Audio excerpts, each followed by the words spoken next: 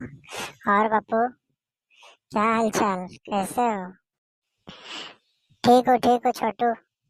और आज क्या है तुम्हारे दिमाग में, कोई और पहेली है तो देखते हैं आज तुम जवाब दे पाते हो कि नहीं। पूछो पूछो, मैं तो इसीलिए बैठा हूँ, नहीं तो तुम्हारे व्यूवर्स तो है ही। चलो देखते हैं।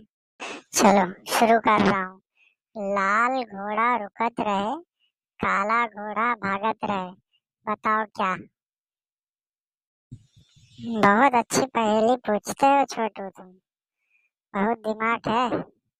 लाल घोड़ा रुका रहे, काला घोड़ा भागत रहे, क्या हो सकता है? क्या हो सकता है? टाइम मत वेस्ट करो। चलो 10 तक गिन रहा हूँ, बताओ। 1, 2, 3, 4, 5, पौने 6, 6, साढ़े 6, 7, पौने 8, 8, साढ़े 8, 9, अब हो गया 10। चलो।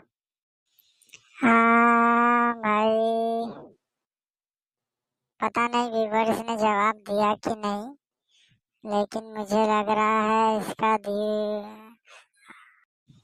आग और धुआं। वाह वाह। दोस्तों, ऐसे ही हमारे पहेलियों के लिए